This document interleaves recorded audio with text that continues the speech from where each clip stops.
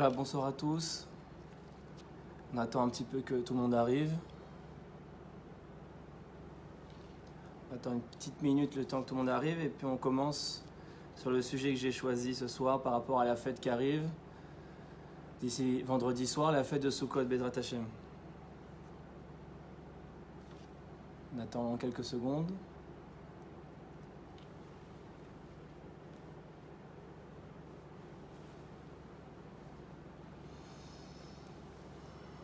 Voilà. Donc, Baruch Hashem, malgré la situation, on continue. On ne lâche pas. On est dans un dynamisme des fêtes, donc de joie. C'est le principal aujourd'hui, de maintenir la joie dans nos cœurs. Et toutes ces fêtes-là sont faites pour ça, Baruch Hashem. Vendredi soir, donc, on arrive à Sukkot. On a passé Yom Kippourim. Et on va parler de Sukkot ce soir et de sa signification. Et qu'est-ce que ça nous apprend véritablement? Donc, on peut rappeler quelques règles de la fête. Des règles basiques, bien sûr. Donc, on doit construire une cabane, une souka, ce qu'on appelle en hébreu, où est-ce qu'on va vivre pendant 7 jours. On va manger, on va boire, on va dormir. On va en faire notre maison pendant 7 jours. Ça, c'est la première mitzvah de la souka. Ensuite, il y a une bénédiction qui est reliée à cette souka, une bracha qu'on fait. C'est Ba'ochata Adoshem, les chefs Basouka. Il y a une bracha qu'on fait spécialement par rapport à la mitzvah de la souka. C'est la bracha de s'asseoir dans la souka. Il y a apparemment un vrai inyan, un vrai sujet sur le fait de s'asseoir dans la souka. À tel point qu'on en fait une bracha, une bénédiction, les chefs Basouka. Et une fois que je la dis debout. Et une fois que je dis cette bracha, je m'assois pour montrer ce symbole. Alors on va essayer d'expliquer ce soir. C'est quoi ce symbole de s'asseoir? Ensuite, la deuxième chose qu'on va voir, c'est les autres mitzvot essentielles de la fête de Sukkot. Comme on sait, c'est la mitzvah du lulav et du etrog. Comme on le sait, on prend un lulav, donc un long bâton, on met des hadas et du héroub, et on met le etrog. Et ensuite, on va prendre ces deux ensemble, donc ces 4 espèces, et on va les agiter dans tous les sens, donc dans les 6 directions, vers le devant, vers derrière, à droite, à gauche, en haut et en bas. Dans les 6 directions, donc les 4 points cardinaux plus en haut et en bas. Et dans chaque direction, on va secouer 3 fois le lulav, enfin les 4 espèces ensemble. 3 fois ici, 3 fois derrière, 3 fois à droite, 3 fois à gauche, etc. etc. Donc comme on sait, avec nous, Baruch Hashem, dans notre série de cours, on étudie les choses un peu alpi Kabbalah, c'est-à-dire selon l'esprit de la Kabbalah, selon l'esprit de la Chassidut et des secrets de la Torah, et essayer de comprendre véritablement qu'est-ce qu'on est, on nous prend pour des guignols ici pour Star Wars avec le sabre laser. Non, il y a un vrai inyan pourquoi on fait ces choses-là, et on va essayer d'expliquer un petit peu quelques notions assez profondes de Kabbalah ce soir. Bien évidemment, c'est des notions qu'on va approcher, qu'on ne va pas expliquer en profondeur parce que ça prendrait des années pour l'expliquer en profondeur.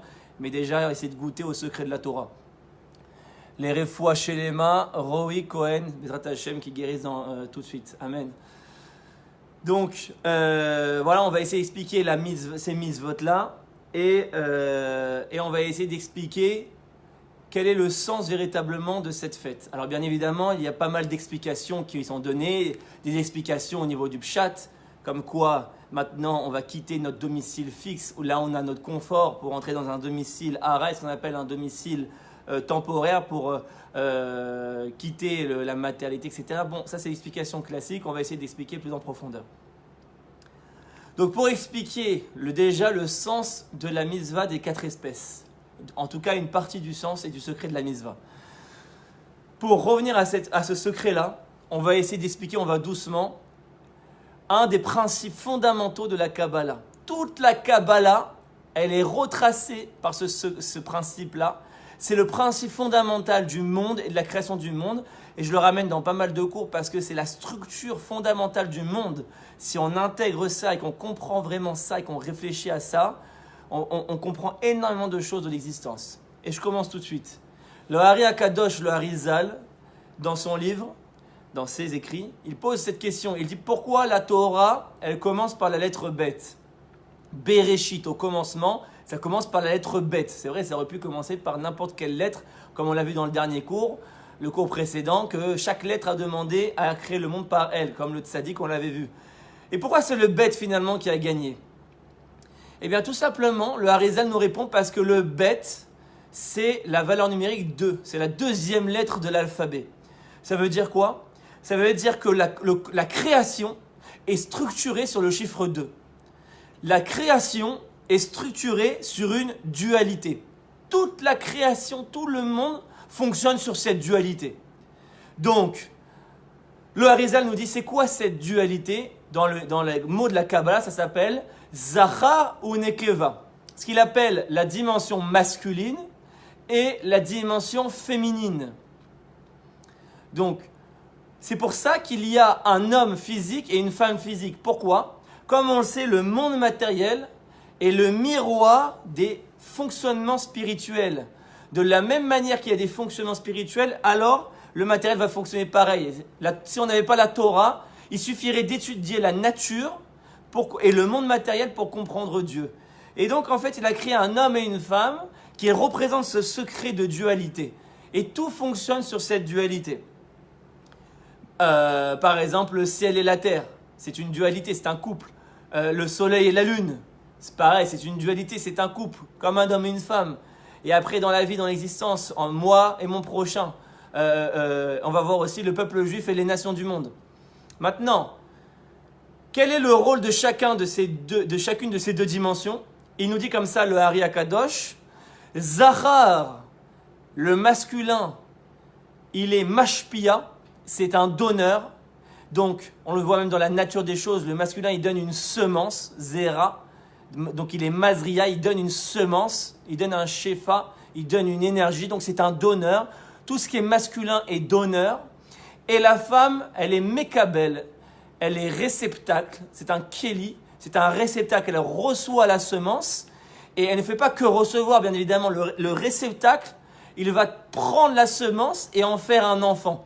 C'est ça le rôle de la femme physiquement parlant, c'est qu'elle va recevoir cette semence et elle va travailler cette semence pendant 9 mois, elle va faire une grossesse pour en rendre un enfant. C'est-à-dire qu'elle prend la semence et elle lui donne la vie, et elle lui donne une réalité, elle réalise la semence concrètement parlant. Ça c'est le pouvoir du kéli, du réceptacle donc de la femme. Et comme on le retrouve pareil dans le couple que je vous ai cité, le ciel et la terre, c'est exactement le même principe. Le ciel, il est mashpia, il donne une semence, c'est la pluie. Et la terre, elle est féminine, elle est réceptacle. Elle reçoit cette semence, elle reçoit cette pluie, et elle va faire une sorte de grossesse, elle va travailler cette pluie intérieurement, avec toutes les difficultés que ça compose, pour ensuite faire pousser la nature, les fruits, les légumes, les aliments, toute la beauté du monde sort de la terre. Mais ça passe par la semence du ciel. Et donc c'est comme un homme et une femme, c'est exactement le même principe. Pareil pour le soleil et la lune. Le soleil va être plus de dimension masculine, c'est un donneur. Il ne fait que donner, il éclaire, il donne un rayon. Ce qu'on appelle dans la Kabbalah or, la lumière. La lumière est toujours masculine, parce qu'elle est dans le don. Et la lune est réceptacle, c'est un kéli, elle va recevoir cette lumière, comme on sait, même scientifiquement parlant et physiquement parlant, la lune n'a pas de lumière en soi. Si on voit la lune dans le ciel, c'est uniquement le reflet de la lumière du soleil. Elle n'a pas de lumière en soi. Donc ça veut dire que ce qui est masculin produit la lumière, et ce qui est féminin reçoit la lumière pour la magnifier, pour la réaliser, pour lui donner une existence. Quand on est au niveau masculin, c'est encore uniquement théorique.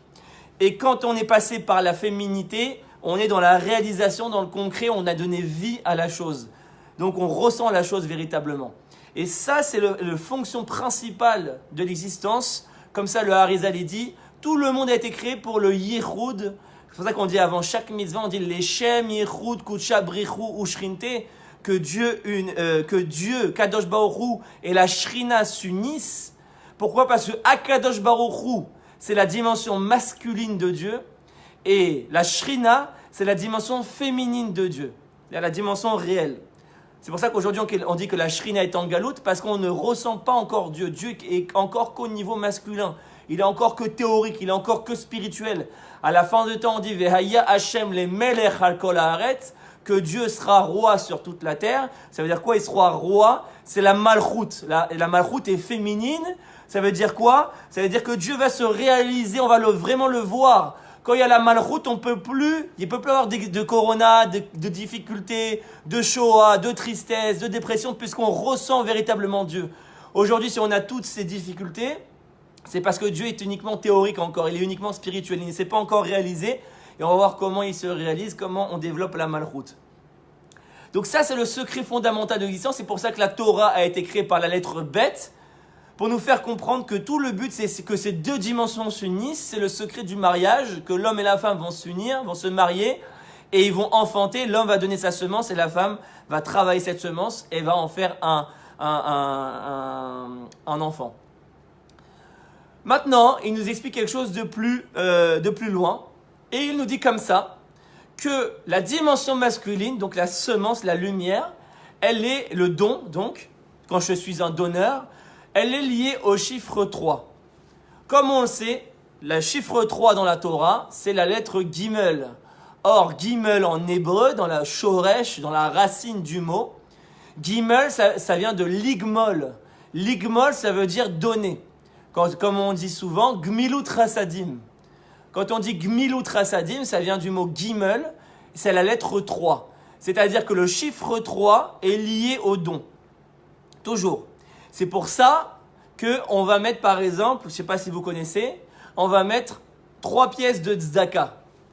Parce que quand on donne, on est toujours lié au chiffre 3. Parce que la lettre 3, la lettre Gimel, elle est liée au don, à la dimension masculine. C'est pour ça qu'on va avoir 3 pères. Avraham, Yitzhak, Yaakov. Il y a toujours 3. Le rabbi aussi dans un Mahamar, il dit, regardez, le don de la Torah, c'est fait aussi le 3e mois, le mois de Sivan, par Moshe, qui est le 3e enfant, puisqu'il y a eu Myriam et Aaron avant lui. Et même son nom est composé de 3 lettres. Moshe, Mem, Shin, He. Ça veut dire que toute la notion de don, elle est liée au chiffre 3. Et on va développer ça. Et la dimension féminine est liée au chiffre 4. Pourquoi? Parce que, comment on dit 4 en hébreu, c'est le Dalet. Et Dalet, dans le Shoresh, ça veut dire pauvre. Quelqu'un de pauvre. Dal, en hébreu, c'est pauvre. Ça veut dire quoi? C'est-à-dire que la féminité, elle est pauvre dans le sens où, à partir du moment où elle n'a pas encore reçu la semence, alors elle est dans un état de pauvreté parce que par définition, elle a besoin de recevoir cette semence pour faire son travail. Elle est un réceptacle. Et tant que ce réceptacle n'a pas reçu la semence, elle est en état de pauvreté. C'est pour ça qu'elle va avoir une notion d'impureté avec des règles de nida. Pourquoi la femme, physiquement même, elle a les règles et pas l'homme?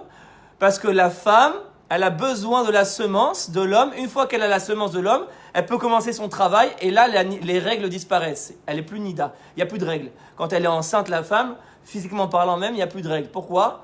Parce que la semence, quand tu unis les deux, quand tu amènes la lumière dans le réceptacle, alors les forces du mal qui se trouvent dans le réceptacle disparaissent. Donc le chiffre 4 est lié à la féminité. C'est pour ça qu'on va retrouver 4 mères. Sarah, Rivka, Rachel et Léa, contrairement aux 3 pères. Donc on a 3 pères et 4 mères. Donc comme on a dit, le masculin est lié au chiffre 3 et le féminin au chiffre 4. Et quand les deux s'unissent, on a le chiffre 7, le chiffre de la création du monde, des 7 jours de la création, le chiffre de l'unité du monde et le chiffre de dévoilement de la malchoute, de la royauté d'Hachem, puisque comme on le sait, la malchoute est la 7e sphira en partant du haut vers le bas, à partir du chesed.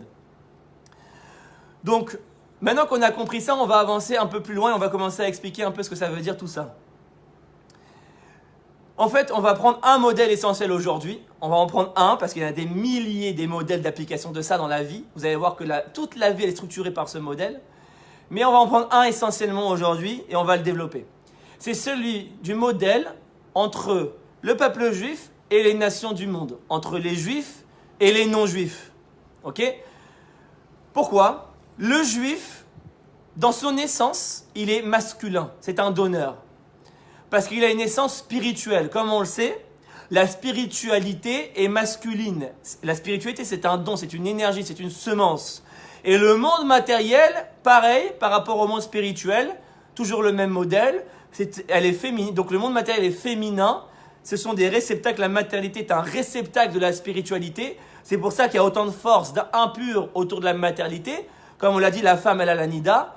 Et parce qu'il y a une déconnexion avec la spiritualité aujourd'hui. Mais si on arrive à reconnecter la spiritualité et à faire rentrer la spiritualité dans la matérialité, alors la matérialité va devenir la source de bracha, la source de bénédiction. C'est pour ça que ça commence par la lettre bet, bracha. Et c'est pour ça qu'on dit que c'est la femme qui amène la bracha dans la Gemara.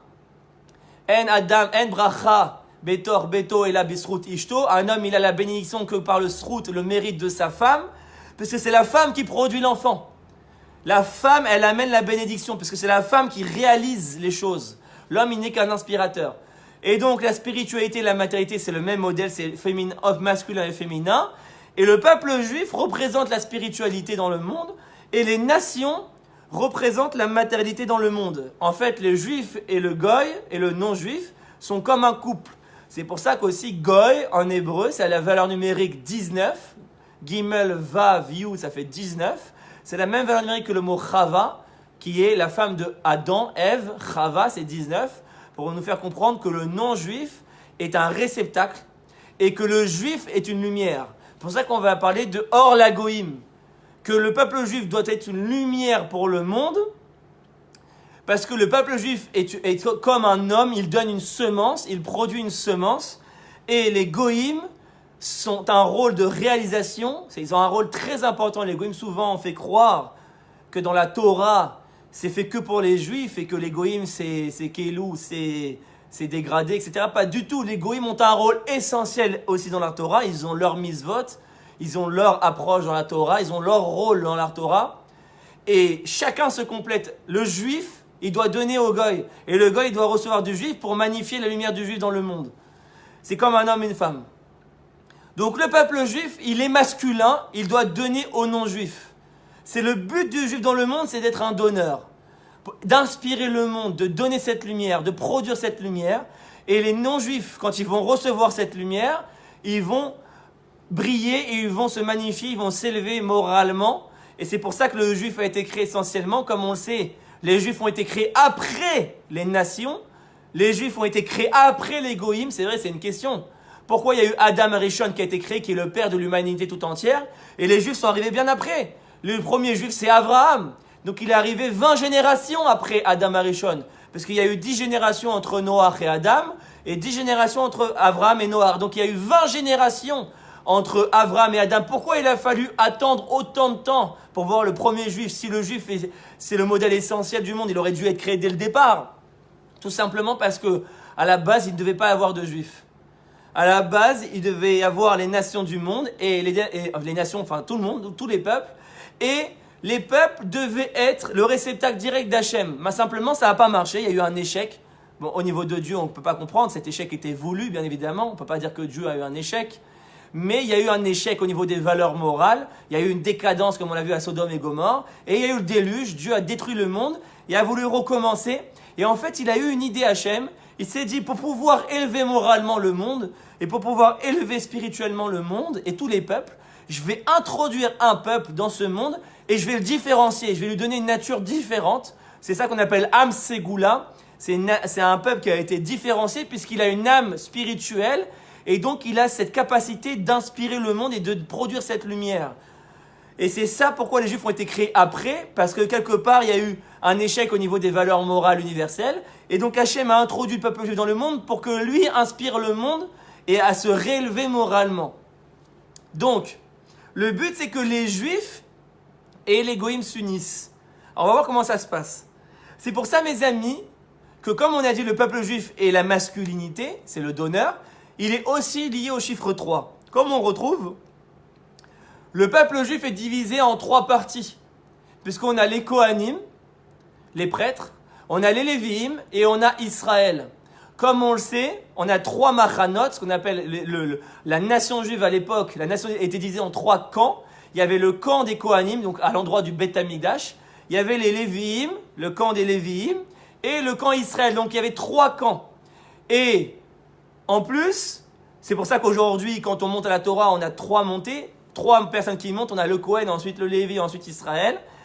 Et c'est ça le secret, mes amis, du Netilat Yadayim. Pourquoi on fait Netilat Yadayim le matin dès qu'on se lève? C'est la première mitzvah, on dit Modéani, et ensuite on se lave les mains avec un keli. Pourquoi le keli est si important? Pourquoi je ne peux pas me laver les mains directement? Comme là, pendant le confinement, je vais me laver avec du savon, les mains, etc. Pourquoi il me faut un keli et que je fasse comme ça, etc. Parce que c'est pas pour se laver les mains physiquement. C'est des notions, c'est des symboles kabbalistiques. En fait, le keli, c'est le peuple juif. Parce que comme on le voit, keli, comment ça s'écrit en hébreu? Kaf, Lamed, Yud. Et c'est les rachetevot, ça s'appelle les premières lettres de Cohen, Lévi, Israël. Les trois parties du peuple juif. Cohen, c'est Kaf. Lévi, c'est Lamed. Et Israël, c'est Yud. Ça fait Keli. Pourquoi? Parce que le peuple juif, il est le réceptacle dans le monde de la lumière divine. L'eau, comme on fait Netilat, en fait, l'eau, elle rentre dans le Keli. Donc l'eau, c'est le symbole, c'est la lumière d'Hachem. Le peuple juif, la nation d'Israël est un réceptacle, c'est le Keli, Cohen, Lévi, Israël. Et les mains qu'on purifie donc, c'est qui les mains? C'est les goïms, c'est les nations du monde, comme on le voit quand Yaakov s'est approché de Yitzhak pour recevoir la bénédiction. Yitzhak, il a dit à Kol Yaakov, Ve'ayadaim yede Esav, ce sont la voix de Yaakov et les mains de Esav. Comme on sait, les mains, c'est une notion de matérialité, d'action. Et donc, c'est le symbole des nations. C'est pour ça qu'il y a une impureté qui peut se coller aux mains, comme on l'a expliqué. La dimension féminine peut être liée à de l'impureté. Et donc le Keli, il va recevoir, sa fonction c'est de recevoir l'eau, recevoir la lumière et de la transmettre. Et donc c'est pour ça que c'est la première mitzvah qu'on se fait en se levant, comme pour dire, voici le rôle essentiel de la nation d'Israël, pour laquelle elle a été créée. Souviens-toi du rôle essentiel vers lequel on va, c'est que la nation d'Israël doit être le Keli du monde. Il doit être le réceptacle de la lumière divine, pour le retransmettre ensuite dans toute l'humanité et pour purifier l'humanité. C'est pour ça que c'est cette mitzvah-là de Netilat Yadayim. Voilà. Donc maintenant on avance. Donc je rentre dans une notion un peu plus compliquée de Kabbalah et j'espère qu'il y en a qui vont suivre. Peut-être il y en a qui ne vont pas comprendre, qui ne vont pas suivre, mais c'est pas grave, on avance. Essayez de vous accrocher. Donc, qu'est-ce qu'on dit dans la Hamida? On dit Morid Atal. On demande que la rosée tombe. La rosée. Donc comme je vous l'ai dit, la rosée fait allusion à cette semence que le ciel donne à la terre. Donc ça fait allusion à cette lumière qui inspire le monde, la rosée. C'est pour ça que on dit c'est la rosée qui va amener la résurrection des morts, Amen, Bekarov, que les morts vont revivre grâce à la rosée. Ça veut dire quoi? Le Zohar HaKadosh, dans la Ptichat Eliyahu, donc dans la prière qu'on fait juste avant Mincha, et d'autres prières aussi pour certains, on dit comme ça, et accrochez-vous. On dit que le nom divin, il est composé de 4 lettres. Yud, Ke, Vav, Ke. Yud, Ke, Vav, Ke, il y a 4 lettres, ok? Maintenant, la langue hébraïque, l'hébreu, c'est la seule langue au monde où il y a des lettres cachées à l'intérieur des lettres. Ça veut dire quoi? Par exemple, en français, on dit A. A, c'est A. B, c'est B. C, c'est C. Mais en hébreu, quand on dit Aleph, ça s'écrit en toutes lettres aussi. Ça s'écrit Aleph, Lamed, P. Bet, ça s'écrit Bet, Yud, Tav. C'est ce qu'on va appeler dans la Kabbalah Gematria Bemilouï. Ça veut dire une valeur numérique en toutes lettres, pleine. Par exemple, Aleph, écrit juste la lettre, c'est une Gematria normale, donc la valeur numérique normale c'est 1 de Aleph, Bet c'est 2, Gimel c'est 3, etc., etc. Mais Aleph écrit en toutes lettres, c'est Aleph Lamed P, et donc la Gematria Bemilouï c'est 1, Lamed, Aleph c'est 1, Lamed c'est 30 et P c'est 80, ça fait 111. Donc la Gematria Bemilouï de Aleph c'est 111. Eh bien le Zohar HaKadosh nous dit que la Gematria Bemilouï des 3 premières lettres du nom divin. Donc rappelez-vous, il y a 4 lettres dans le nom divin. Yud, Ke, Vav, Ke. Si on prend simplement les 3 premières lettres, Yud, Ke, Vav, et qu'on les écrit en toutes lettres, je ne sais pas si vous me suivez, mais c'est pas grave, vous pouvez pas me dire. Mais si on écrit en toutes lettres, le Yud, ça s'écrit Yud, Vav, Dalet, ça fait quelle valeur numérique? 20. Yud c'est 10, Vav c'est 6, Dalet c'est 4, ça fait 20. Donc, Gematria Bemilouï de Yud, c'est 20. Ensuite, on a le He. Ça s'écrit He Aleph. Donc, Gematria Bemilouï de He, c'est 5 plus 1, 6. Et ensuite, le troisième lettre, le Vav. En Milouï, ça s'écrit Vav, Aleph, Vav. Ce qui fait 6, 1 et 6, ce qui fait 13. Donc, les trois lettres Bemilouï, ça fait 20 plus 6 plus 13, ça fait 39. Et c'est la Gematria du mot Tal, de la rosée.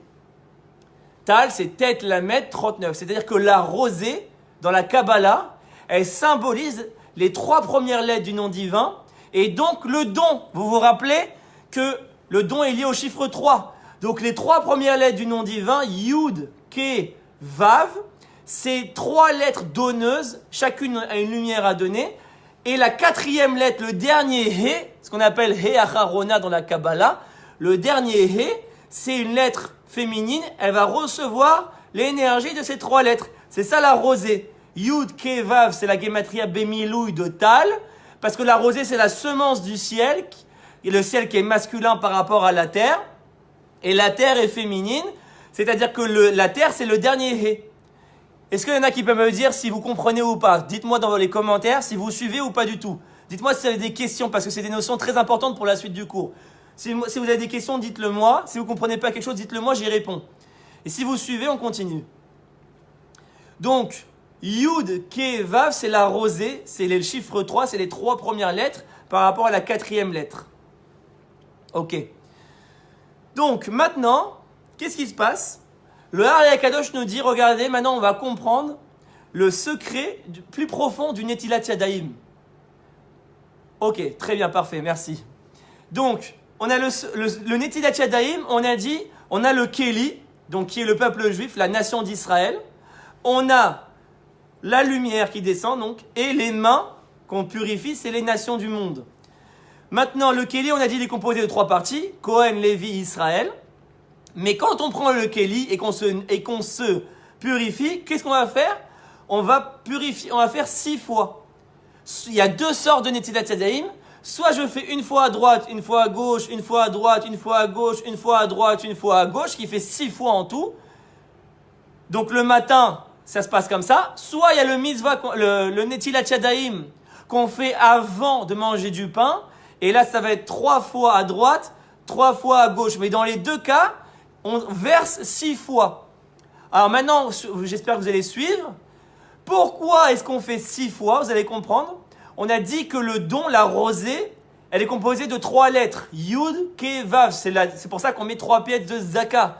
C'est pour ça qu'on donne 3 pièces de Zdaka. Parce que le don est lié au chiffre 3. Comme on a dit, Gmilut Rasadim, donner, faire du chesed, ça vient de la lettre Gimel. Gmilut, ça vient de Gimel, qui est la chiffre 3, qui veut dire donner.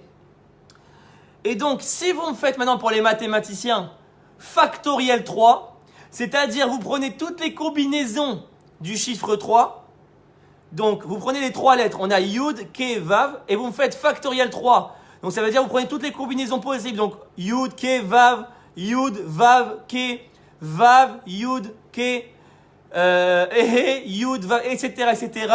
Factoriel 3 pour les matheux, on obtient 3 fois 2 fois 1, 6. C'est-à-dire qu'en fait, c'est la raison pour laquelle on va transvaser 6 fois quand on fait Netilat, parce que le don, quand il se réalise dans toutes ces combinaisons possibles, il se transforme en 6. Factoriel 3, quand on fait toutes les combinaisons, qu'on prend les 3 lettres, donc Yud, Ke, Vav, ça donne 6 combinaisons possibles différentes. Je les cite. Yud, Ke, Vav, Yud, Vav, Ke, He, Vav, Yud, He, Yud, Vav, Vav, Yud, He, Vav, He, Yud. On a 6 combinaisons possibles. C'est la raison pour laquelle on va faire 6 fois. Et maintenant, mes amis, vous allez comprendre pourquoi le secret de la mitzvah du loulav. Pourquoi à Sukkot, on prend le loulav et on le dirige dans les 6 directions. Vous allez maintenant tout de suite faire le lien.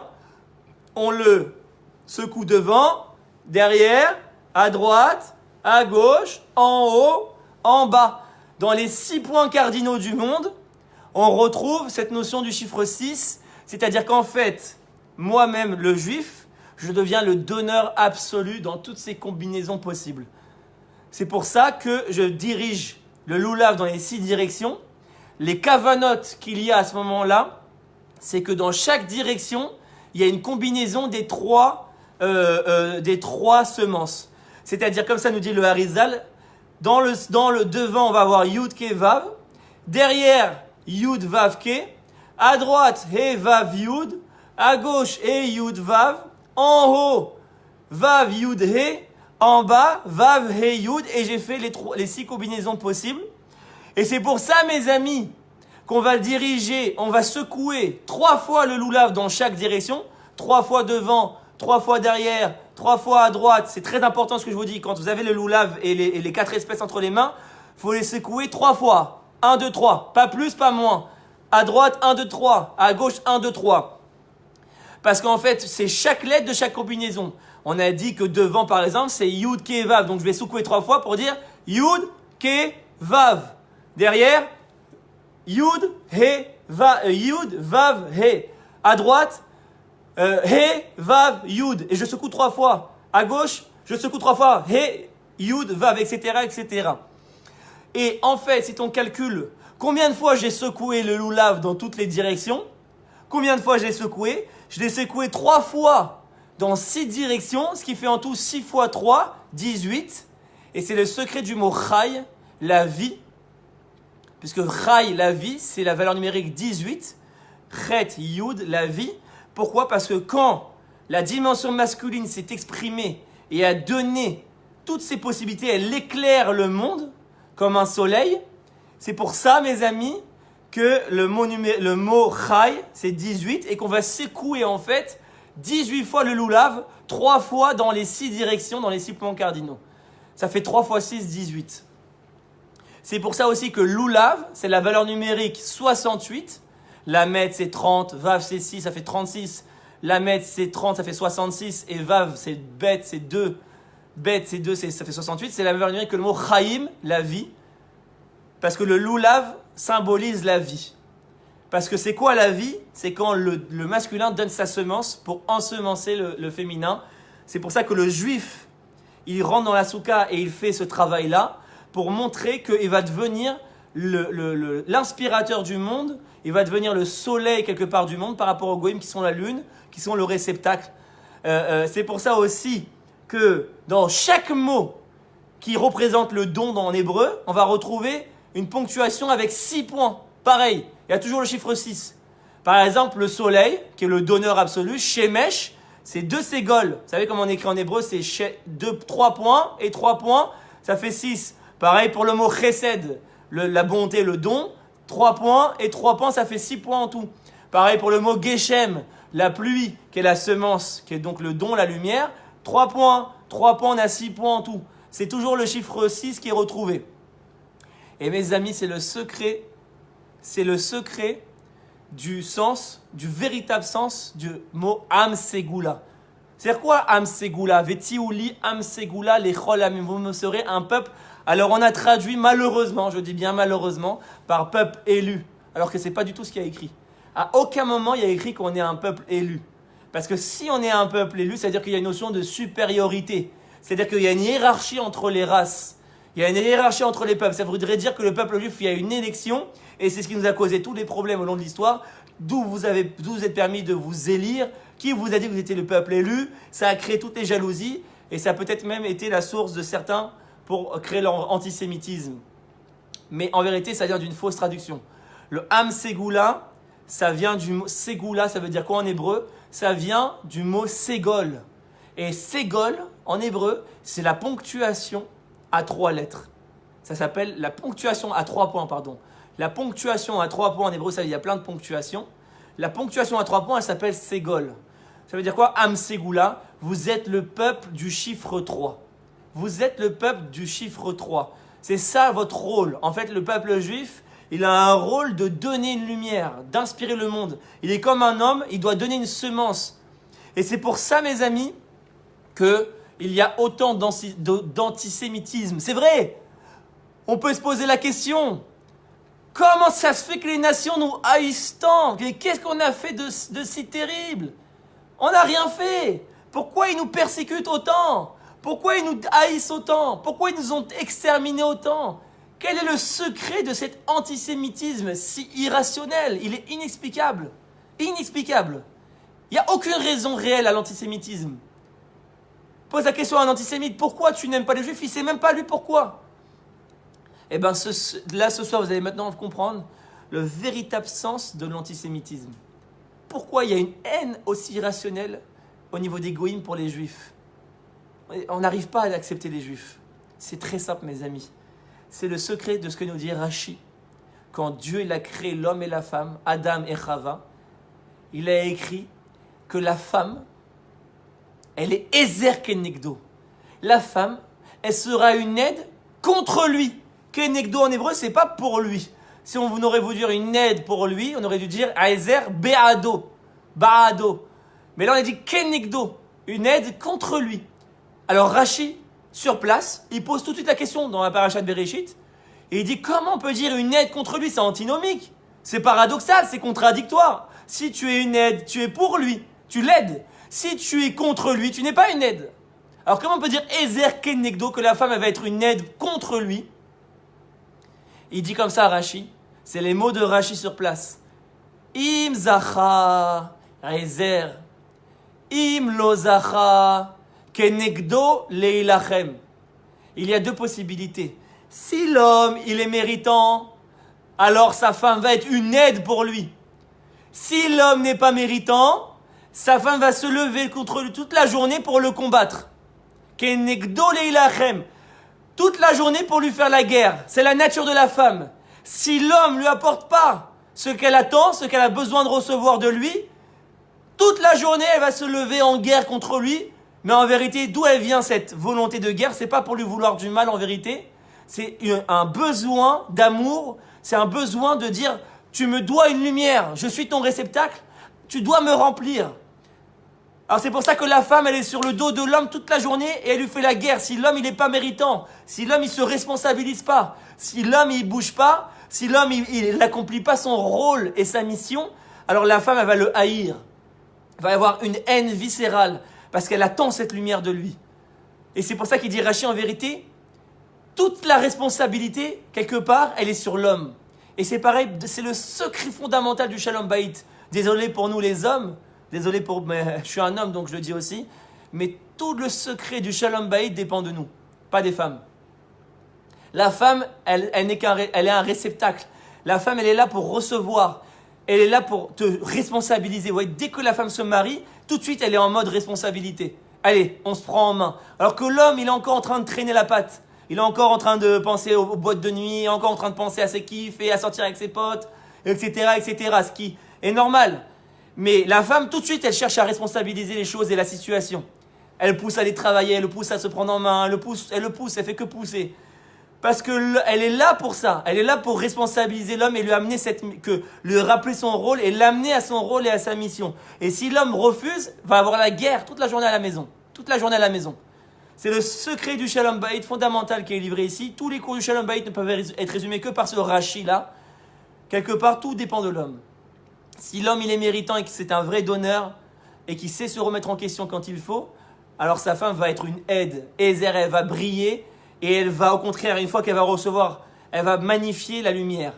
Grâce au travail commun qui va être fait, tout va bien se passer. Mais si l'homme n'accomplit pas son rôle et qu'il refuse de donner la semence, qui refuse de donner à sa femme et de ne pas bien s'occuper, malheureusement, ça fait que la femme se transforme elle devient plus complice, au contraire, elle devient son ennemi presque. Eh bien, mes amis, au niveau de ce qu'on a expliqué là, au niveau individuel, au niveau du couple, c'est exactement ce qu'on va retrouver au niveau du monde, entre le peuple juif et les nations. D'où elle vient cette haine viscérale des juifs, cette haine irrationnelle? Maintenant, vous avez compris. Parce que les goïms sont notre femme. Ils sont là pour nous faire la guerre, pour nous rappeler, vous avez une mission dans ce monde. Vous avez un rôle spécifique dans ce monde. C'est vous les inspirateurs du monde. Le monde ne pourra pas mieux aller tant que le peuple juif ne se prendra pas en main et se responsabilisera pas. Tant qu'il fuira son rôle, alors l'antisémitisme existera. Tant que le peuple juif n'assumera pas son rôle véritablement dans le monde, l'antisémitisme existera. Dès que le peuple juif commencera à assumer son rôle, vous allez voir de manière magique, les nations vont commencer à devenir nos alliés. Et on va expliquer. C'est là que vient cette haine viscérale du juif. C'est en vérité que l'expression de « j'ai besoin de ta lumière ». Tu es la lumière, je suis le réceptacle. Et sans la lumière, je ne suis rien, je suis un réceptacle vide. Donc je me lève pour te combattre. Parce que tu n'es pas français, tu n'es pas américain. Les juifs, ils ont voulu s'assimiler. Les juifs, ils ont voulu devenir français, ils ont voulu devenir allemands, ils ont voulu devenir américains, etc. Et les nations du monde sont venues leur dire « Vous n'êtes pas français, mes amis. Vous n'êtes pas allemands. Vous n'êtes pas américains. Vous êtes juifs. Vous devez reconstruire la nation juive. Vous devez revenir en Israël, habiter la terre d'Israël et reconstruire la nation juive selon le modèle de la Torah. » Et c'est pour ça que les goïms nous ont toujours rejetés. C'est pour ça qu'on est un peuple de nomades, de diaspora. Et on est allé en Espagne et au Maghreb.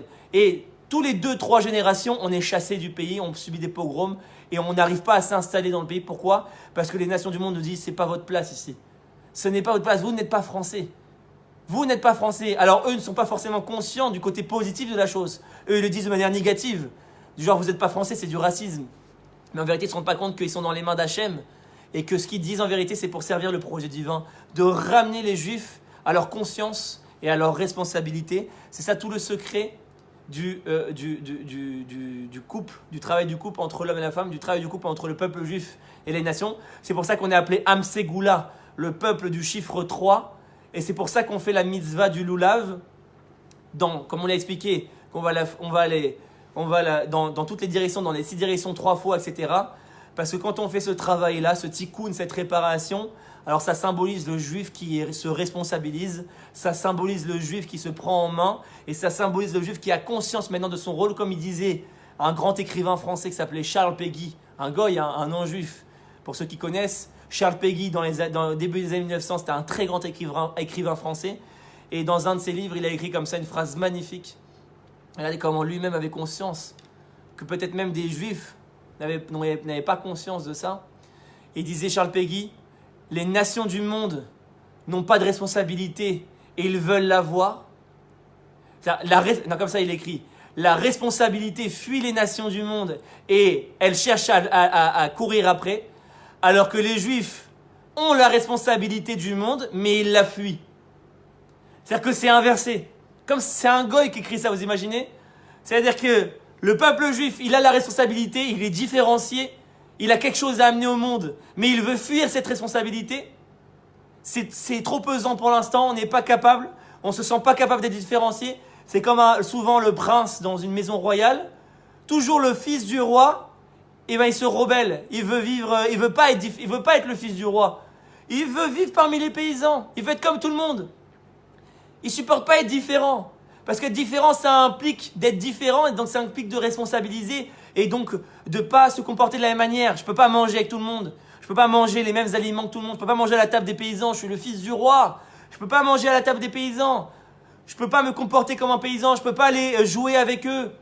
Et bien le juif c'est pareil, le peuple juif c'est le fils du roi, comme il est écrit dans Zohar, Béné Israël, Béné Melachim, qu'on est le fils d'Akadosh Baruch Hu, la nation d'Israël est le fils, on est tous les fils du roi. Et donc, comme on a été différenciés, on a été sanctifiés par la sainteté même d'Akadosh Baruch Hu, comme il dit Vekedoshim tihu ki kadoshani, vous serez saints parce que je suis saint. On a la même sanctification que Dieu, on a été différenciés, on est le fils de Dieu. Et bien, on peut développer ce complexe de dire je ne veux pas assumer cette différenciation, et au contraire, je vais me rebeller et je vais aller avec tout le monde. Je vais aller manger avec tout le monde, je vais manger pas cachère, je vais manger avec tout le monde. Je ne supporte pas d'être différent, de manger pas les mêmes aliments. Donc du coup, je peux pas aller à table à la pause à la pause du café, je peux pas aller manger les crevettes avec tout le monde, et donc ça me désociabilise quelque part. Quand je mange pas cachère, ça me désociabilise, ça me sépare de la communauté non juive. Quand je fais Shabbat, pendant que les autres ils vont faire du foot, par exemple moi quand j'étais petit, je rêvais de jouer au foot, d'aller dans un club de foot. Mais comme il y avait les matchs le Shabbat, j'ai jamais pu faire du foot. Et j'étais triste de ça. J'étais triste. Je voulais faire du foot comme tout le monde, mais tous les matchs étaient le Shabbat. Donc quelque part, la sanctification, le projet que Dieu nous propose, il nous désociabilise du monde. Mais en vérité, c'est une kavana réelle et profonde. Parce qu'en vérité, on est les fils du roi et on a un rôle royal. On a un rôle de régner sur le monde et d'inspirer, pas dans le sens négatif du terme, dans le sens suprémaciste, pas du tout. Dans le sens positif, c'est-à-dire d'amener une spiritualité et une morale au monde que sans le peuple juif, le monde ne peut aller que mal. Et c'est ce qu'on voit aujourd'hui, que le monde va à la destruction parce que le peuple juif n'a pas encore compris où est son rôle et n'a pas encore voulu assumer sa pleine responsabilité. Et on continue. C'est le secret, mes amis, pourquoi il y a une mitzvah de s'asseoir dans la soukha. Comme on sait, on a dit au début du cours, on a posé la question, pourquoi il y a une mitzvah de s'asseoir à tel point que la bracha, la bénédiction essentielle qu'on fait à soukha, c'est Baruch Ata Hashem Elokeinu Melech HaOlam, les chefs basouka, de s'asseoir. Donc je me l'ai dit debout, et une fois que j'ai dit la bracha, je m'assois. Comme pour dire, il y a quelque chose, il y a un symbole ici. C'est quoi le symbole de s'asseoir? Comme on le sait dans les textes, on le rapporte dans plusieurs endroits. Par exemple, quand Abraham il a fait la Brit Mila, il a fait la circoncision, il a écrit Vehu Yoshef Petach HaOhel, il était assis à l'entrée de la tente, et il a écrit dans les Midrashim, tu as vu la différence entre avant et après la Brit Mila, le mérite de la circoncision, puisque avant, Hachem était assis et Abraham était debout. Et maintenant que Abraham a fait la circoncision, Hachem est debout et Abraham est assis. Ça veut dire qu'il y a un niveau extraordinaire dans le symbole même de s'asseoir. Puisque après la circoncision, Abraham s'est assis. Pareil, il y a une autre source explicite qui dit que quand les juges, les Dayanim, à l'époque du Sanhedrin, ils faisaient un jugement, on dit qu'ils s'asseyaient, Ve'elokim omdim, et que Dieu se tenait debout à côté d'eux. C'est-à-dire que les juges, pour faire porter un jugement, c'est-à-dire que quand on allait au Bedin et qu'il fallait porter justice, les juges devaient être assis. C'était une mitzvah pour eux d'être assis. Et on dit que Dieu se tenait debout à côté d'eux. C'est quoi en fait cette image d'être assis? C'est très simple. En fait, cette image d'être assis, c'est une notion de responsabilité. Quelqu'un qui est assis, c'est quelqu'un qui est responsable. Quelqu'un qui s'occupe. Comme on le voit par exemple dans les Farbrengen du Rabbi Lubavitch, tout le monde, au moment où il disait son Mahamar, tout le monde se levait par respect. C'est quoi? Quand je me lève, c'est une forme d'annulation. Je veux faire kavod à la personne qui est plus grande que moi, je me lève devant. Alors que quand je suis assis, je suis en train de dire que c'est moi la personne importante. C'est moi qui est responsable des choses. C'est moi qui suis plus haut que les autres. C'est moi qui dois... C'est ça la notion de s'asseoir, c'est que j'ai une importance. J'ai un rôle, j'ai une responsabilité. C'est pour ça que mes amis, c'est qui a tout souvent qui c'est la chaise, c'est le roi. Le roi, le Melech, si Dieu veut, quand il y aura le Melech HaMashiach, le roi Mashiach, quand on allait devant lui, c'est lui qui était assis, tout le monde se levait, même les plus grands tzadikim se lèvent quand il est lui devant lui, pour faire comprendre que c'est lui qui a la responsabilité des choses, même s'il y a des autres qui sont plus grands chorma que lui, qu'il y a des tzadikim qui sont plus intelligents que lui, qui sont plus connectés à Hachem que lui, comme les Nevim, les prophètes qu'il y avait à l'époque, des rois. Les prophètes étaient parfois même plus grands que les rois au niveau spirituel, mais le roi, c'est lui qui a la responsabilité de la nation, c'est lui qui a la responsabilité des affaires publiques, des affaires de la cité, des affaires de la société, c'est lui qui a la responsabilité de faire les guerres, c'est lui qui a la responsabilité de gérer l'économie, de gérer la parnassa au peuple, comme on le voit aujourd'hui, c'est très difficile, parce qu'on n'a pas un vrai roi encore, qui se soucie véritablement de son peuple. Donc, cette notion de s'asseoir, c'est une notion de devenir responsable. C'est pour ça qu'on a une mitzvah de s'asseoir à Sukkot, parce que à Sukkot, on a passé toutes les fêtes, on a été sorti d'Égypte, de Pessah, Shavuot, on a reçu la Torah, on est passé par le mois de la Tchouva, Elul, on a fait Rosh Hashanah, Yom Kippourim, le grand pardon, on s'est élevé, on s'est purifié, et maintenant on arrive à l'apothéose du judaïsme, Sukkot. Maintenant le peuple juif va pouvoir commencer, après avoir passé tout ce processus de se libérer d'Égypte, d'avoir passé ce processus de purification par la Teshuvah de Rosh Hashanah, de Yom Kippourim, maintenant on arrive à Sukkot et il devient le soleil du monde, le peuple juif devient le donneur du monde, c'est pour ça qu'il fait la mitzvah du loulav et qu'il va s'asseoir dans la soukha, comme pour dire, maintenant le peuple juif devient le peuple responsable du monde. C'est pour ça que quand j'entends parfois, oui, mais l'antisémitisme, vous avez vu que ces goïms, comment ils sont antisémites, etc. Très bien, c'est vrai que les goïms ont une haine irrationnelle envers le peuple juif qu'on n'arrive pas à comprendre. Mais en vérité, on ne comprend pas que c'est comme si on était là et on n'arrive pas à comprendre l'importance du juif dans le monde, le niveau du juif, l'importance, la responsabilité du juif. Parce que c'est comme un parent et un enfant. Si un enfant il fait une bêtise, le directeur, vous croyez qu'il va aller voir l'enfant, il peut dire non, le directeur il va convoquer les parents et il va voir les parents, il va dire le problème aux parents. Il va pas discuter du problème avec l'enfant.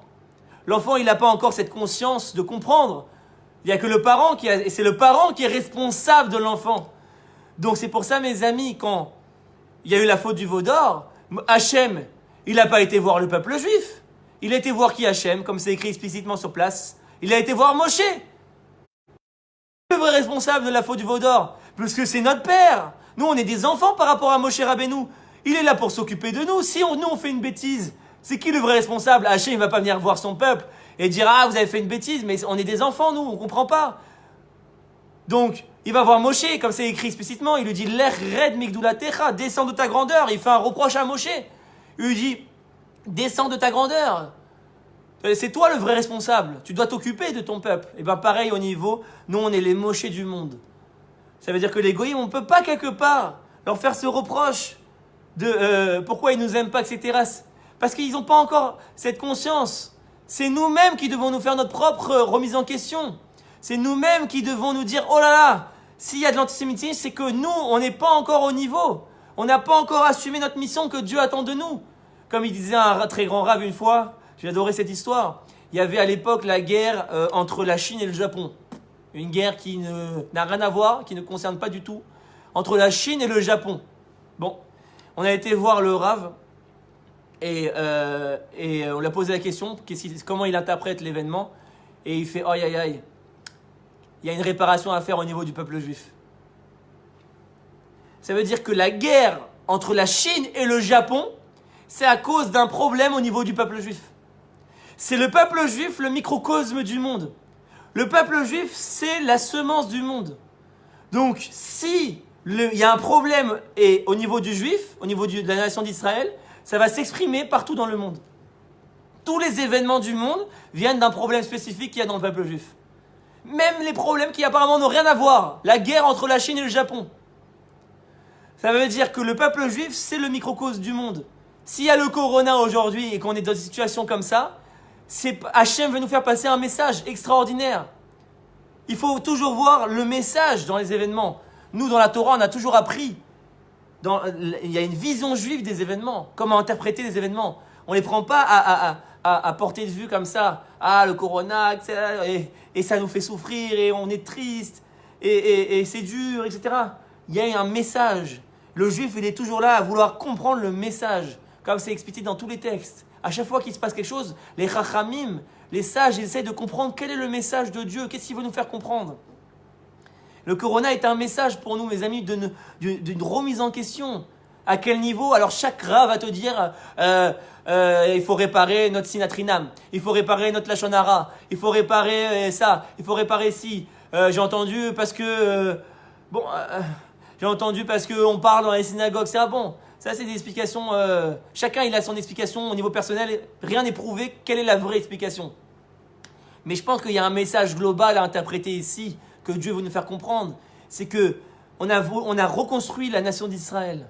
On a fait le sionisme. On s'est battu pour cette terre. On a libéré la terre d'Israël. On a reconstruit. On a donné aux Juifs la chance d'avoir un État, une souveraineté, etc. Et tout ça pourquoi? Pour se réoccidentaliser. Tout ça pour reconstruire une nation sur les principes goy, sur les principes non juifs. Aujourd'hui, les valeurs, c'est quoi? C'est le business. Aujourd'hui, les valeurs, c'est la start-up nation. Aujourd'hui, c'est les valeurs. Alors, chas shalom, c'est très important, la technologie, la médecine, l'économie, c'est des facettes d'une société très importantes. Mais si si la technologie, l'économie et tous ces aspects matériels de la société ne sont pas au service d'une dimension spirituelle, elles ne sont pas au service d'une morale, et que derrière, on se comporte aussi mauvais que tout le monde, voire même pire, au niveau de la corruption, au niveau de la mafia, au niveau de la débauche, au niveau de tout ce qu'il y a de plus terrible dans ce monde, et que nous-mêmes, on n'a pas d'exemple à donner, alors à quoi nous sert toute cette technologie? À quoi nous sert toute cette science, tout ce développement? Regardez aujourd'hui comment Hachem, il veut nous faire comprendre qu'en 2 minutes, on se croit puissant, on se croit fort, on croit qu'on a tous les pouvoirs, on a développé la technologie, etc. En 2 minutes, tout s'écroule. En 2 minutes, on est dépassé. En 2 minutes, on se rend compte que notre système de santé, il n'est pas au niveau, comme ils ont dit récemment. En 2 minutes, on s'est rendu compte de tout, qu'on était très loin du compte. Notre système de santé, Baruch Hashem, il a beaucoup de qualités, mais il a beaucoup de défauts. Et le Corona est venu révéler tous ces défauts-là. On a cru qu'on était la Startup Nation et que c'était ça notre rôle. C'était ça notre rôle uniquement, de la technologie. Non! C'est important la technologie, c'est important le militaire, c'est important la politique, mais il faut que tout ça soit au service d'un message spirituel. Il faut que tout ça soit au service d'un message. Il faut que la technologie serve la morale. Il faut que la technologie serve le divin. Il faut que la technologie serve le spirituel. Si ça sert la corruption et si ça sert le mal, alors Hachem nous fait comprendre que, finalement, où est notre différence par rapport aux autres nations? Alors on va interpréter que les nations ne nous aiment pas, etc. Mais à nous de faire notre propre bilan. À nous de faire notre propre Heshbon Nefesh, comme on dit, au niveau du klal, au niveau de la nation. Est-ce qu'on a véritablement compris notre rôle? Est-ce qu'on a vraiment compris notre responsabilité? Aujourd'hui, on veut faire croire qu'il y a une séparation entre la religion et l'État, que la religion c'est la synagogue, et que l'État il fait ce qu'il veut. C'est comme chez les goïms, une séparation. Il y a le politique, il y a l'espace public, et il y a l'espace privé. Et la synagogue, c'est pas du tout. Pas du tout. Dans la nation juive, on mêle les deux. La morale a toujours été du domaine du public chez nous. La morale a toujours été du domaine de la politique. La politique gère non pas que l'aspect extérieur de la société, c'est-à-dire comme aujourd'hui l'économie, les infrastructures. Non, la politique doit aussi s'occuper de la morale. Comme on le voit même dans le désert où il y avait la manne qui tombait du ciel, on dit que la quantité de manne, elle tombait en fonction du niveau moral de la personne. Et plus la personne était morale, plus il recevait une grande quantité, et plus elle était proche de lui. Il avait moins d'efforts à faire. Et plus la personne était mauvaise dans ses midotes, et plus la quantité de la manne diminuait, et plus elle s'éloignait, il devait faire un effort pour aller la chercher.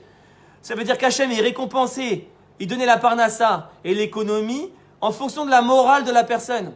Et bien ça, c'est un modèle de société, c'est le modèle d'Hachem, c'est-à-dire que on a complètement aujourd'hui séparé, on a sorti la morale du domaine public.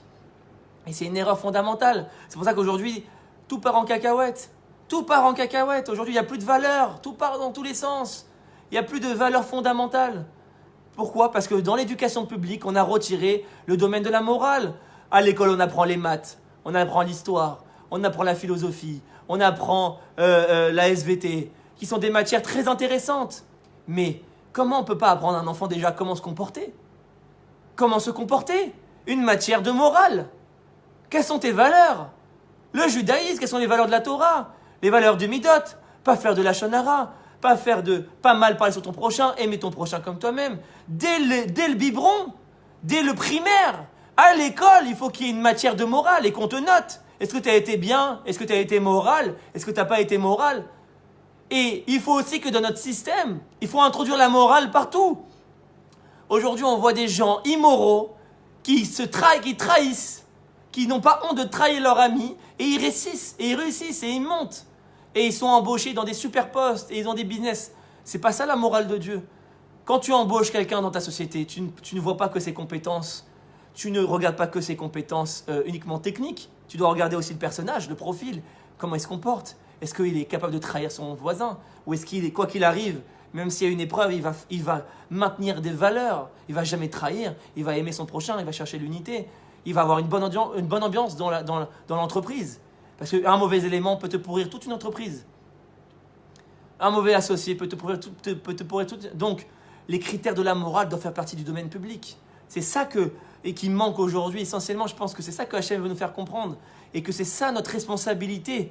Le message de Sukkot, c'est que on s'assoit dans la soukha. Ça veut dire quoi?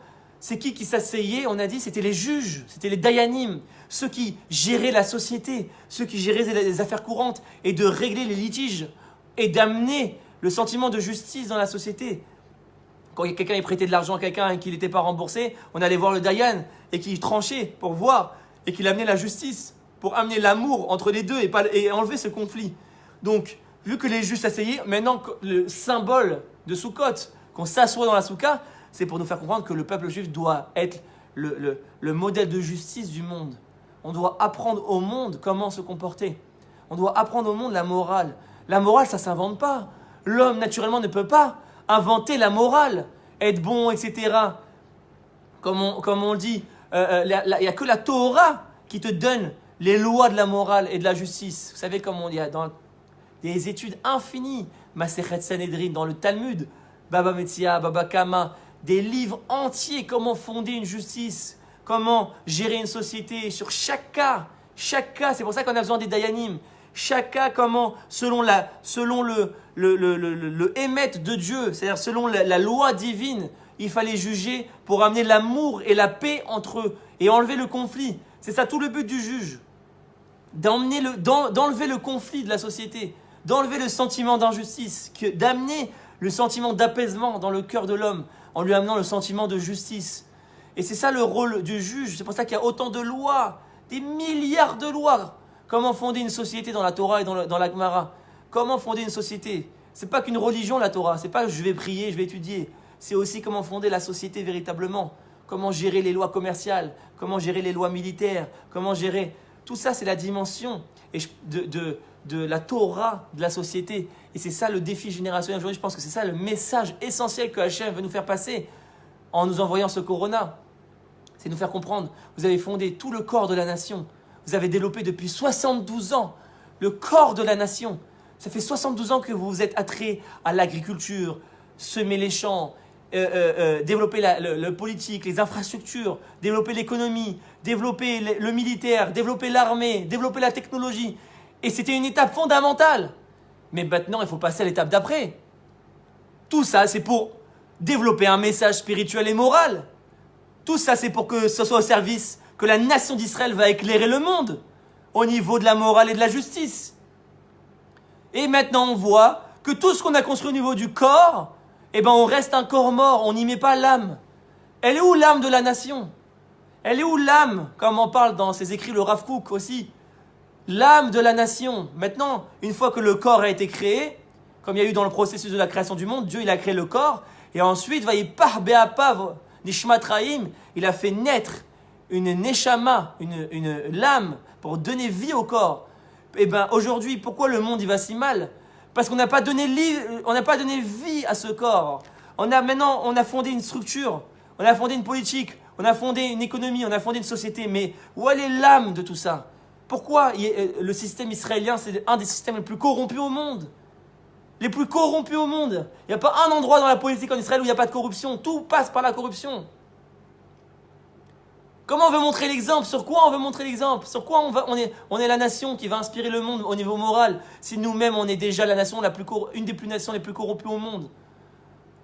Donc il faut que tout ce corps serve un message et un but. C'est ça le message essentiel de Sukkot. C'est pour ça qu'il y a écrit Nishmat Raïm, que la Neshama est appelée la vie. La Neshama elle donne vie au corps. Et que la terre, Eretz Israël, est appelée Eretz Raïm, la terre de vie. C'est ici qu'on va trouver la vie, dans aucune autre terre. Pourquoi? Parce qu'il n'y a qu'en terre d'Israël où le peuple juif va pouvoir retrouver son véritable rôle de fonder une société basée sur la morale divine. Tant que je suis en diaspora, je suis un juif de diaspora, j'ai pas encore compris où est ma véritable identité. J'ai pas encore compris véritablement mon rôle.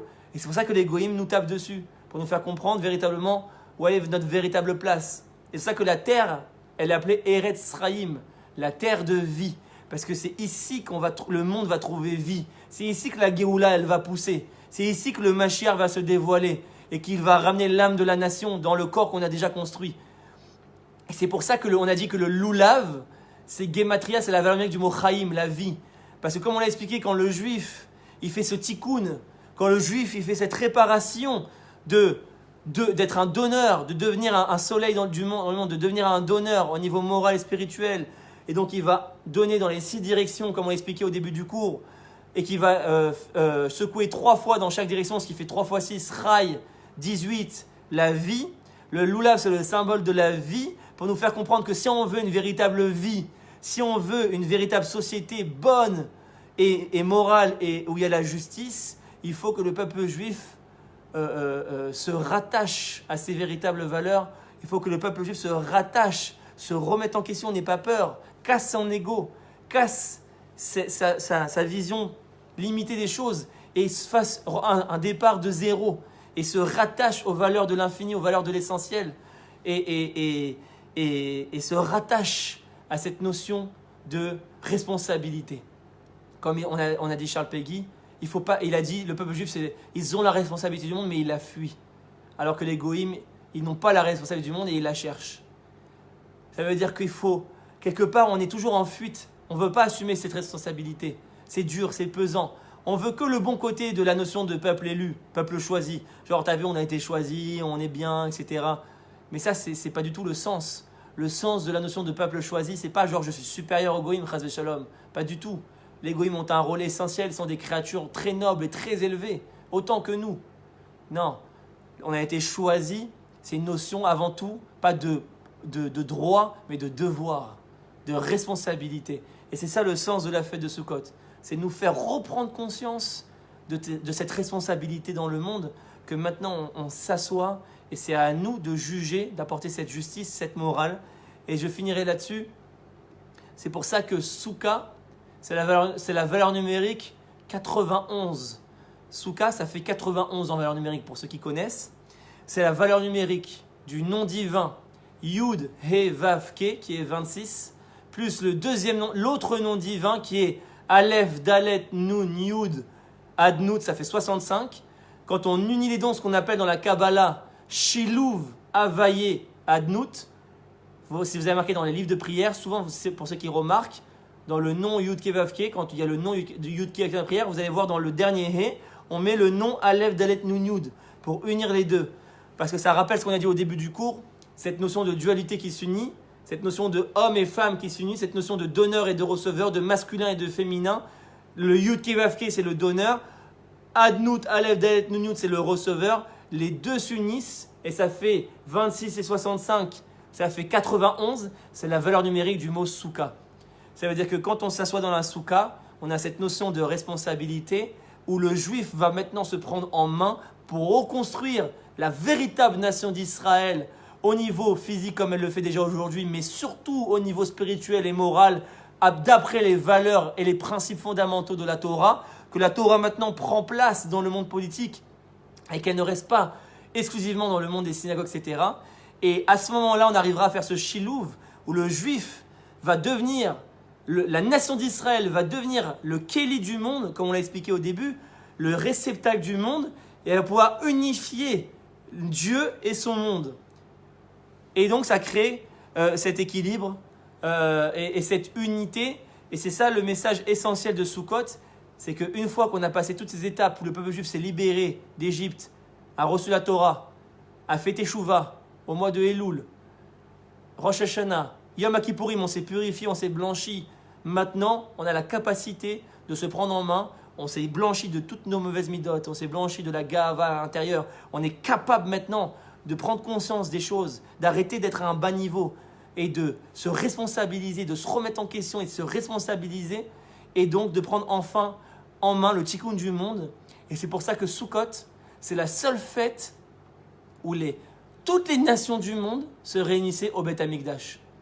Comme on le sait, au Beth Amikdash, on apportait des sacrifices. Eh bien, à Sukkot, c'est la seule fête où toutes les nations du monde venaient et apportaient eux aussi un sacrifice. Il y avait 70 sacrifices apportés par les 70 nations. Chaque nation venait et apportait son sacrifice. Et ils venaient, et le Beth Amikdash devenait une maison de prière, Beth Tefilati, comme il dit Hachem. C'est la maison de prière pour tous les peuples. Le Beth Amikdash, c'est le symbole, le temple, c'est le symbole de l'unité entre le juif et les nations du monde. Le Beth Amikdash est un symbole d'unité et d'amour au niveau mondial. C'est un symbole d'unité mondiale, de paix mondiale, où Sukkot est l'apothéose de cette unité, où une fois que le juif il a enfin compris son rôle, il s'est enfin responsabilisé, alors ça fait que toutes les nations du monde, au lieu qu'elles soient kenegdo maintenant, au lieu qu'elles sont antisémites et qu'elles cherchent à le détruire, elles vont enfin voir que le juif il assume son rôle et de manière magique, vous allez voir, de manière magique, ce sera complètement irrationnel, l'antisémitisme et leur haine va disparaître et ils vont devenir Ézer comme une femme, ils vont devenir une aide pour nous et au contraire, grâce à l'aide des nations, le peuple juif va encore plus s'élever. Et donc, c'est pour ça que le Beth Amikdash était ce symbole. C'est pour ça que ça me fait des fois, j'ai une discussion comme ça avec certaines personnes et je leur dis oui, il faut aujourd'hui une des missions principales, un des messages du Corona principal aujourd'hui, c'est quoi? C'est de nous réveiller par rapport à cette mission. Comment on s'est endormi par rapport à notre mission? Comment on s'est endormi aujourd'hui que on a laissé le Harab Baït, on a laissé le mont du Temple depuis des années, depuis 50 ans, depuis sa libération en 67, et que Moshe Dayan l'a rendu aux Jordaniens. Depuis, qui c'est qui s'est battu? Qui c'est qui a évoqué l'idée de reconstruire le temple? Qui c'est qui a évoqué l'idée d'aller là-bas et de reconstruire ce temple? Aujourd'hui, on n'en parle même plus, on s'est endormi, on a oublié la valeur du temple. On a oublié mais si je vous cite des sources, mais c'est à pleurer. Le temple, c'est le symbole de l'unité du monde, de la joie du monde. Comme on dit même, il y a une halakha complètement folle, complètement irrationnelle, qui dit, tant que le temple n'est pas reconstruit, l'oye malé srok pinou, il nous est interdit de trop rigoler. Il nous est interdit de trop nous réjouir. Comme on sait, au mariage, on casse le verre pour rappeler qu'on n'est pas en joie complète, en symbole du temple qui a été détruit. Mais si on avait conscience de ce que représentait le temple, si on avait conscience de ce que c'est la dimension du temple, qu'une fois qu'il y aura le temple, et que Dieu va se révéler dans le monde, et du bien-être et de la joie qui va se dévoiler à ce moment-là, mais on serait tous les jours en train de se battre, on serait tous les jours au mont du temple en train de se battre pour reconstruire. Et on s'est endormi. Plus personne n'en parle. Plus personne ça fait 2000 ans qu'on pleure pour Jérusalem. Des millions de Juifs sont morts en sacrifice pour Jérusalem. Ils sont morts les yeux tournés vers Jérusalem. Il n'y avait pas plus grande joie et plus grand rêve pour tous les Juifs qui malheureusement ont fini dans les bûchers de l'Inquisition et dans les fours d'Auschwitz. Leur plus grande joie, leur plus grand rêve à ce moment-là, c'était Jérusalem. C'était Jérusalem. Comme il dit à David Ameller dans les Teilim, si j'oublie Jérusalem, que ma droite m'oublie. Ma droite, c'est le symbole de la puissance. C'est-à-dire, je m'affaiblis, j'ai plus aucune puissance, j'ai plus aucune raison d'être. Si j'oublie Jérusalem, j'ai plus aucune raison d'être. Si je ne monte pas Jérusalem sur la plus haute de mes joies. Sur la plus haute de mes joies. Aujourd'hui, on est dans notre quotidien qui est difficile malheureusement, mais on a oublié où il est notre rêve. On a oublié où il est notre idéal. On a oublié, nous juifs, où il est notre joie, notre véritable joie, notre véritable combat. Il faut sortir de nos difficultés individuelles. Je sais que c'est dur, c'est très dur pour tout le monde, c'est sûr. Mais pour sortir et vivre autrement ces difficultés, il faut se connecter à l'idéal et penser à toutes les générations de juifs, de nos parents, de nos grands-parents, de nos arrière-grands-parents depuis 2000 ans qui ont souffert la diaspora, l'exil, dans le seul et unique but d'espérer de revenir à Jérusalem. Et nous, on est là. On a libéré Jérusalem et on vit ici comme si de rien n'était. Nos ennemis dominent le mont du temple et on vit ici comme si de rien n'était. Mais comment c'est possible? Vous imaginez nos ancêtres dans le ciel qui sont morts pour Jérusalem et nous on est là, on est à 2 doigts de reconstruire le temple. On est à 2 doigts de reconstruire le Jérusalem et on vit comme si on était en France, voilà, juste on dort, on mange, on va au travail. Mais non, le juif il doit se responsabiliser, il doit s'engager. Le juif il doit se réveiller, il doit avoir une conscience de où il est le véritable projet divin. Je pense que c'est ça le véritable message du Corona. C'est qu'on s'est endormi, c'est pour ça que ça touche même les religieux. Ouais, ils n'ont pas compris, mais pourquoi même les synagogues et les Bate Midrash, ils ont été fermés? Il y a eu une vraie discussion, et comme si Hachem, il ne voulait plus des minyanim, il ne voulait plus qu'on ait... Mais c'est évident, il en a marre. Vous allez à la synagogue, vous allez au Beth, c'est très bien. Mais toute cette religion, elle est au service de quoi? Elle est au service de quel idéal? Tu vas prier, très bien, tu vas lire dans la Hamida, Baruch Ata Hashem, Boné Yerushalayim. Dieu bénit, reconstruit Jérusalem. Donc dans la Hamida, tu dis, Amahazir Shechinato Litzion Vetechezena Enenu Beshufra Litzion Berachamim. Ouvre-nous les yeux, comme ça on dit dans la prière de la Hamida, pour voir ton retour à Sion. Toute la prière se tourne autour de Sion, de Jérusalem. Reconstruire le temple, et Tsemar David Avdecha Meera Tatzmiach, que la royauté de David va pousser. Va Shiva Shoftenu Kevarishona. Et ramène-nous des juges comme avant, des vrais juges, des juges émettent. Pas des juges corrompus comme aujourd'hui. Des juges qui jugent selon la vraie justice. Toute la prière, elle tourne autour de ça. Alors si tu vas à la prière et que tu lis, et que tu vas à la synagogue et que tu lis comme un robot, tu n'as pas intégré l'idéal que dégagent ces prières. Alors, Hachem, il te dit, au final, à quoi ça me sert tout ça? Moi, j'ai créé ces prières pour t'inspirer, pour te faire comprendre où il est l'idéal, pour que tu te réveilles par rapport au véritable idéal. Et toi, tu l'as robotisé. Tu l'as robotisé. Tu lis les prières sans véritablement comprendre. Tu lis les prières sans véritablement les intégrer. Tu lis les prières sans vraiment faire pénétrer les mots de la prière dans ton cœur. De ressentir la prière, de ressentir ce que ça veut dire Boné Yerushalayim. De ressentir ce que c'est Jérusalem et sa construction. Quelle est la différence entre le monde d'aujourd'hui et le monde quand Jérusalem sera reconstruit avec le temple? Prendre conscience.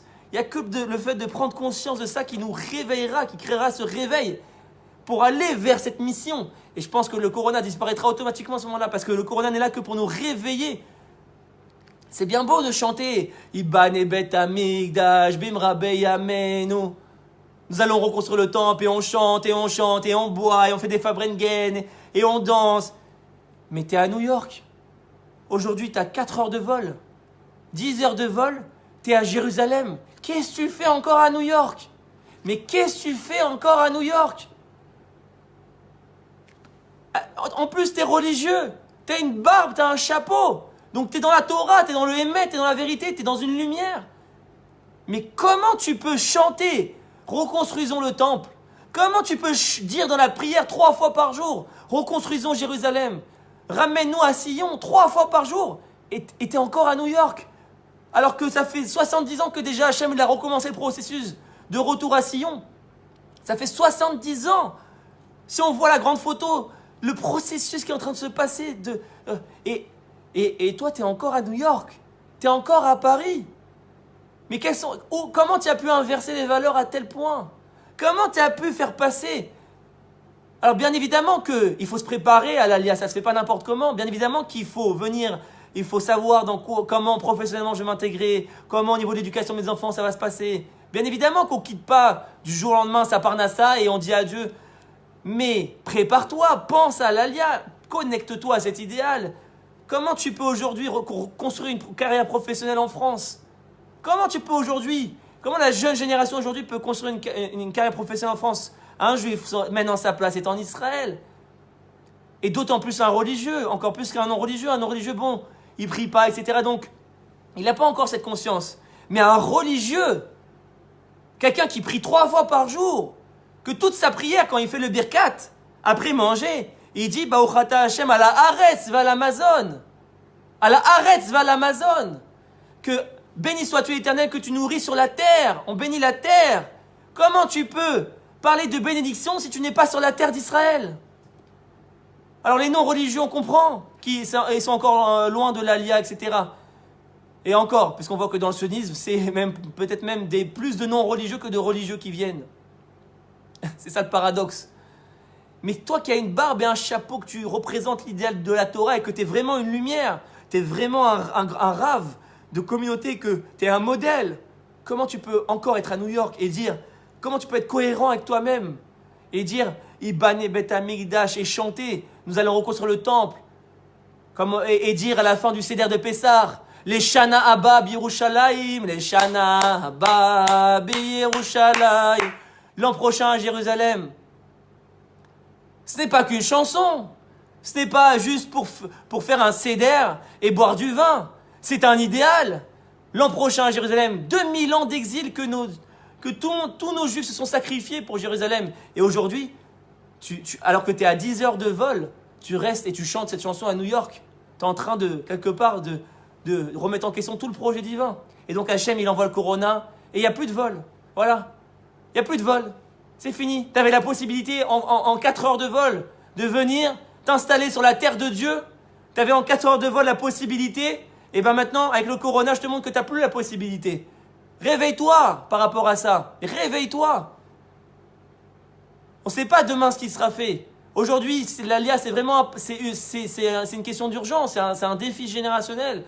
Il faut pousser, il faut aider, il faut encourager tout le monde à pousser à l'Alia et à aider les gens, chacun s'entraide. Comme le rabbi avait proposé qu'il faut que chaque famille en Israël parrainise une famille de Chutz de diaspora à venir et qu'elle va l'accompagner dans son intégration. Comme ça, le rabbi Lubavitch, il avait proposé que chaque famille en Israël soit le parrain Keilou d'une famille qui vient s'installer pour l'aider et le conseiller et l'aider à s'intégrer. Il faut qu'on soit tous responsables les uns des autres, Bezrat Hashem.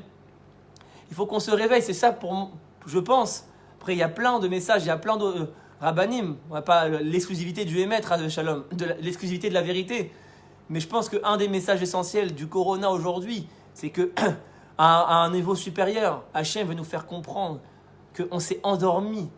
Même ceux qui sont là en terre d'Israël, comment on peut laisser le mont du temple encore à la portée de nos ennemis, que c'est eux qui dominent.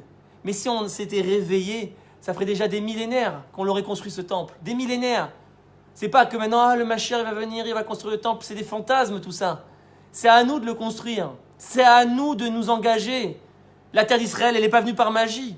La terre d'Israël, c'est des gens qui se sont battus, qui se sont sacrifiés dans les kibbutzim, dans les milices, qui ont donné leur vie pour qu'on ait aujourd'hui la chance de pouvoir discuter de Torah sur cette terre aujourd'hui. La chance.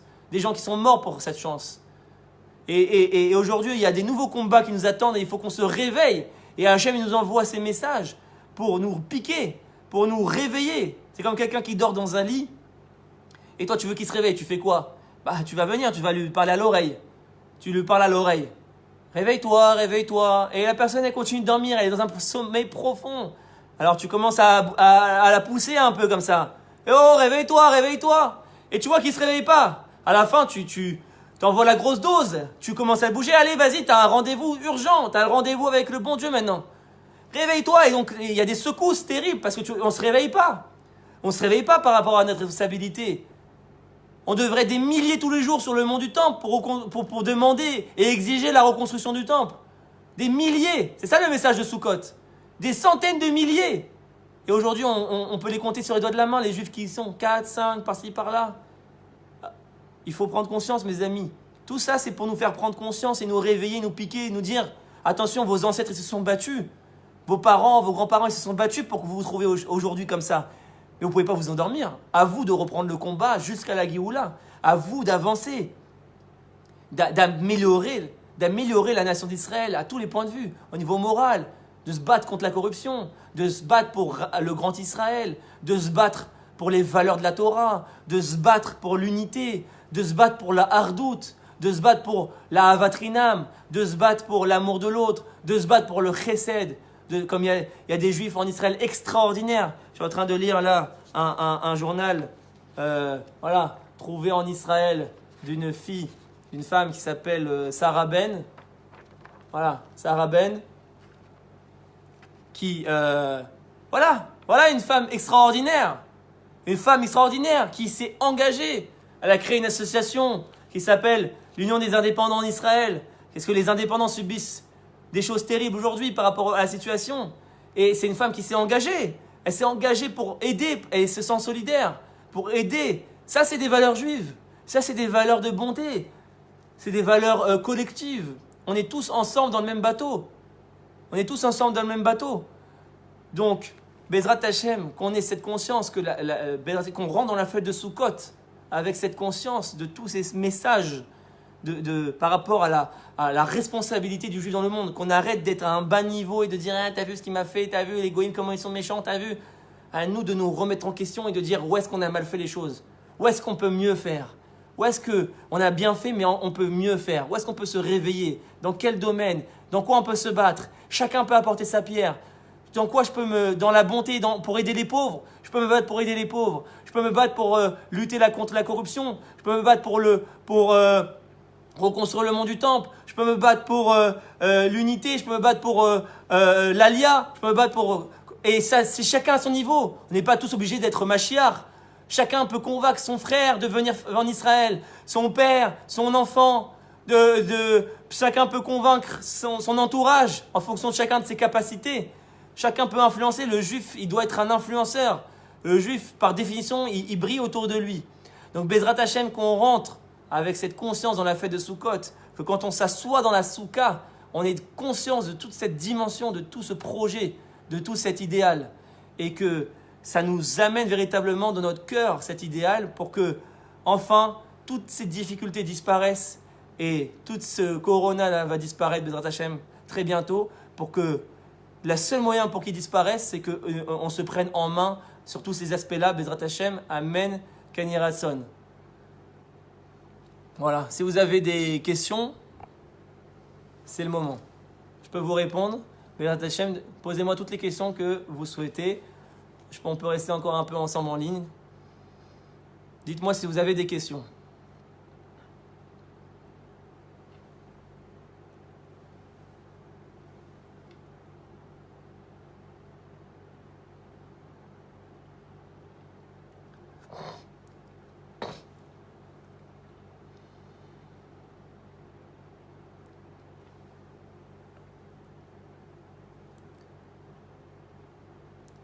Voilà, on reste encore 2 minutes. Pour ceux qui ont des questions, dites-moi, vous pouvez poser des questions.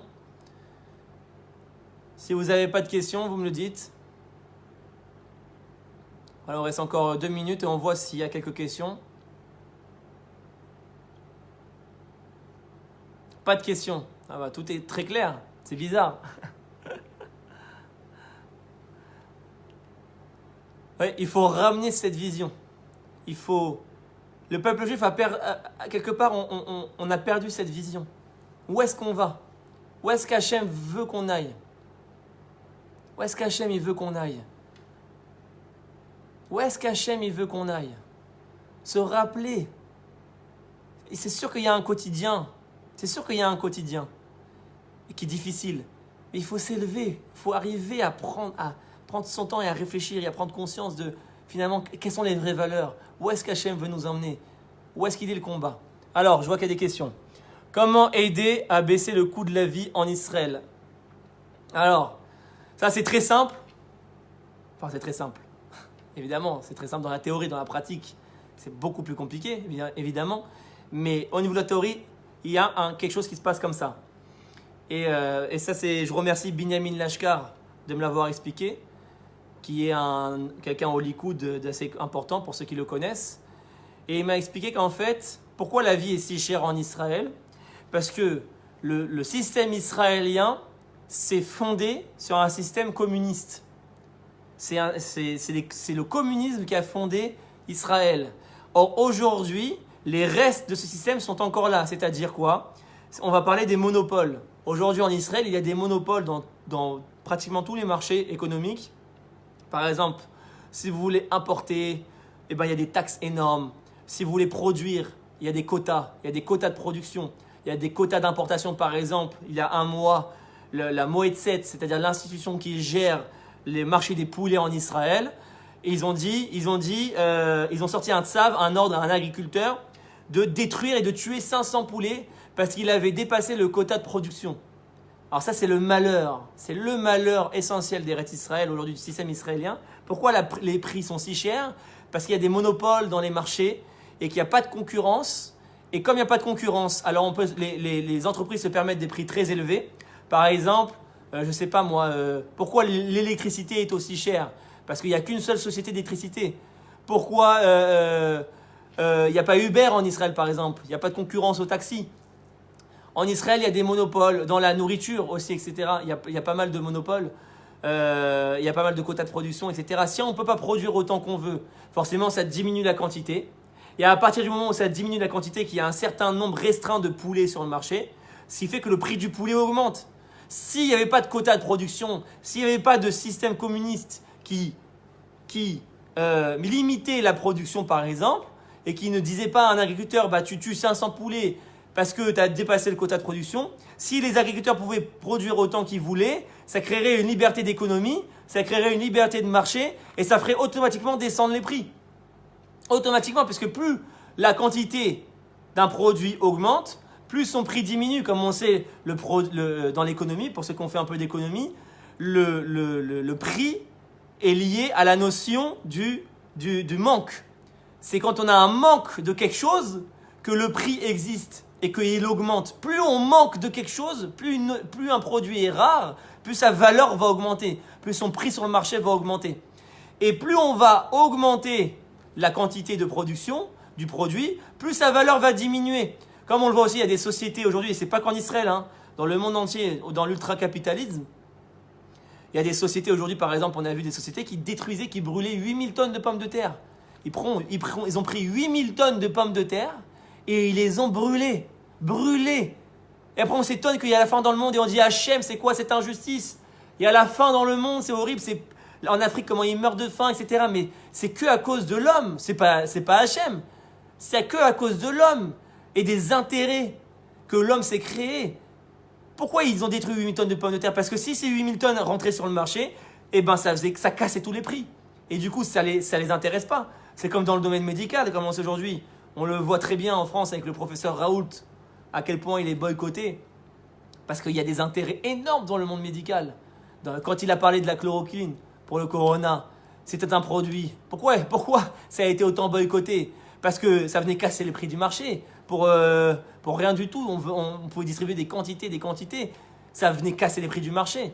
On sait même aujourd'hui que apparemment l'antidote contre le cancer serait trouvé, mais c'est pas intéressant pour les grands laboratoires pharmaceutiques que les gens guérissent du cancer, vous comprenez? C'est pas intéressant.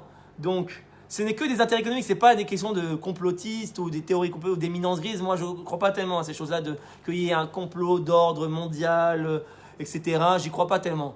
Mais par contre, ce que je crois dur corps ferme, c'est l'égoïsme de l'homme et les intérêts économiques qui sont maintenus dans certains systèmes, ce qui fait qu'on ne peut pas développer les choses. Si on avait une bonne redistribution de la nourriture et que l'homme était bon, il n'était pas égoïste, il n'y aurait pas de faim dans le monde. Tout le monde pourrait manger 3 fois plus que sa propre... se rassasier. Il y aurait 3 fois plus de quantité pour rassasier même 50 milliards d'êtres humains. Hachem, il a créé un Zan et Akol, comme on dit dans le Birkat.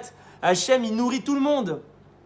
Alors comment on peut dire dans le Birkat que Hachem, il nourrit tout le monde et pourtant on voit des millions de gens mourir de faim?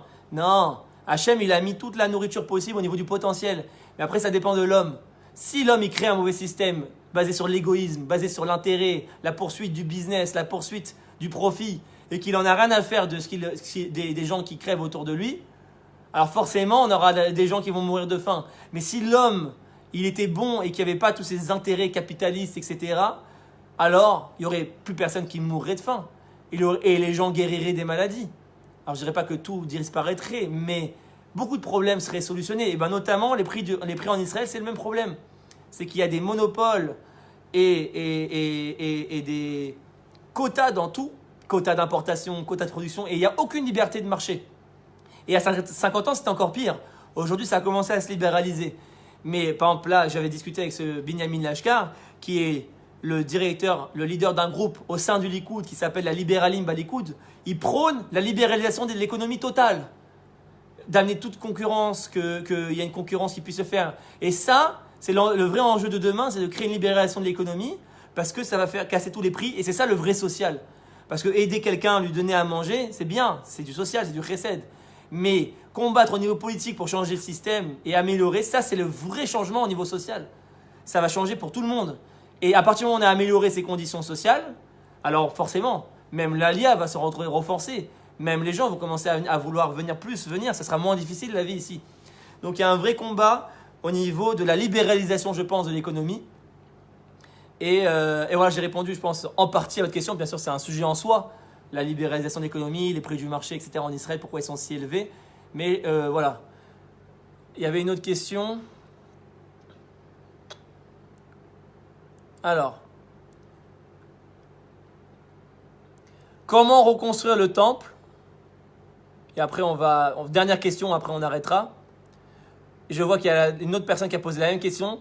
Comment reconstruire le temple sans qu'il n'y ait du sang versé? Alors,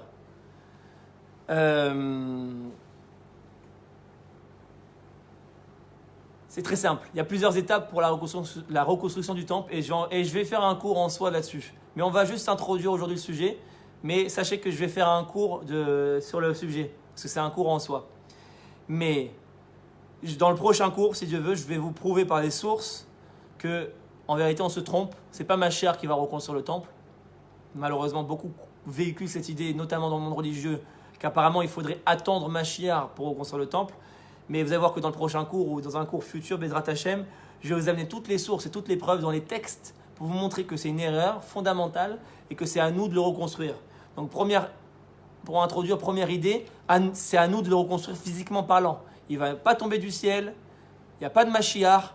Le Mashiach, c'est après la reconstruction du temple. Le Mashiach vient après. C'est en reconstruisant le temple que Mashiach se dévoilera. Donc, ça, c'est la première idée importante. Bien sûr, je la développerai dans un cours futur comme promis. Maintenant, une fois qu'on a compris ça, comment s'y prendre ? À premier niveau aujourd'hui, et c'est un des combats essentiels que je compte mener, Bezrat Hashem, dans l'avenir, que j'ai déjà commencé à mener, mais que je compte mener, c'est le sujet du mont du temple. Aujourd'hui, le mont du temple est dominé par nos ennemis. Il y a un vrai sujet de reconquérir cet endroit. Alors, il faut réveiller les consciences par rapport à cet enjeu politique, de souveraineté politique, et réveiller les consciences par rapport à ce sujet. Et tout simplement, si on arrive à réveiller les consciences et à mettre des pressions politiques et peut-être même à prendre le pouvoir politique ou à influencer la politique, eh bien, il suffit d'une loi. Comment reconstruire le temple ? C'est très simple. Une loi qui dit que l'armée d'Israël va et récupère la souveraineté sur le mont du temple. En 2 minutes, Israël peut virer tous nos ennemis de là-bas. C'est qu'une question de volonté. Au niveau de la force, on est 1000 fois plus fort qu'eux. Et en 2 minutes, on les vire. Et ensuite, on fait ce qu'on appelle un pinouille-binouille. Destruction, reconstruction. On fait passer une loi. Destruction de la mosquée et reconstruction du temple. Donc, on réunit tous les rabbanim qui sont experts dans le sujet au niveau de la halakha. Parce que le temple, c'est pas un binyan, c'est pas quelque chose d'anodin. Chaque pierre, il a une forme, il a une dimension, il a une mesure. Tout est calculé au niveau de la Kabbalah. Donc, il faut des experts dans le sujet qui connaissent parfaitement comment le temple doit être reconstruit au niveau des mesures, au niveau de toutes ces choses-là. On fait une réunion générale.